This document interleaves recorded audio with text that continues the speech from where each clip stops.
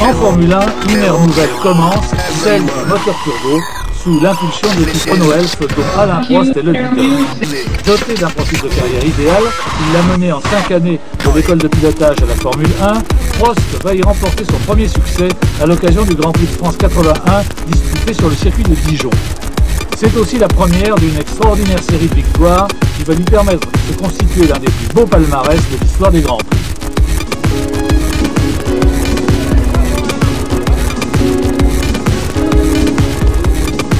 Figure de proue d'une nouvelle génération issue du kart et des écoles de pilotage, Prost allie à sa classe naturelle un sens de la course et un acharnement dans la mise au point qui vont en faire un champion d'exception.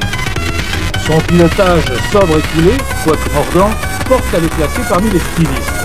Mais son caractère de mauvais perdant, qui lui vaudra parfois des déboires en matière d'image, l'aidera aussi à arracher des victoires qui semblaient perdues, comme à l'occasion de ce Grand Prix d'Afrique du Sud 82, qui entrera aussi dans les annales à cause du retour à la compétition de Lauda après 4 ans de retraite.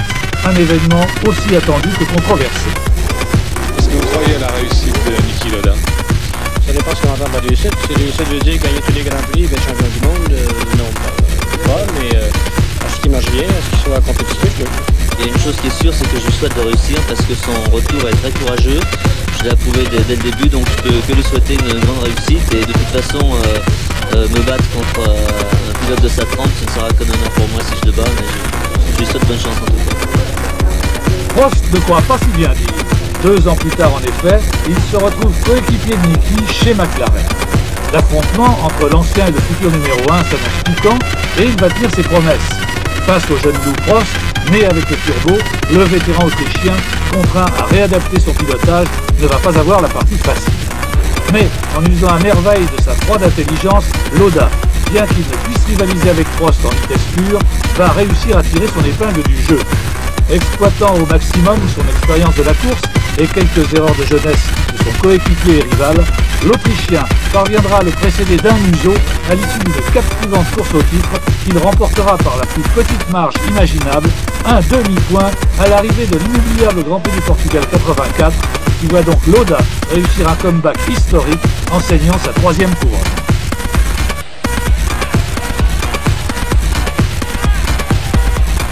Most proud, I think, of 84, where after 10 years competitive Formula 1 racing, I still won the race or the championship by half a point over Prost, because it was hard. There was a young generation trying to blow me off, and it did work. So I can say for 10 years with ups and downs, I kept going upwards. I think this was the most difficult thing. Mais Prost apprend vite.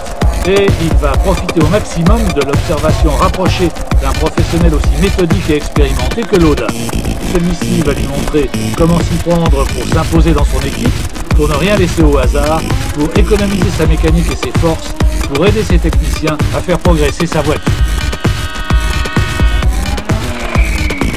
Because of his natural talent, he doesn't have to force it to achieve the performance, and therefore he always has a little bit left, and this gives him the capability of operating within himself, and therefore he is never stretched.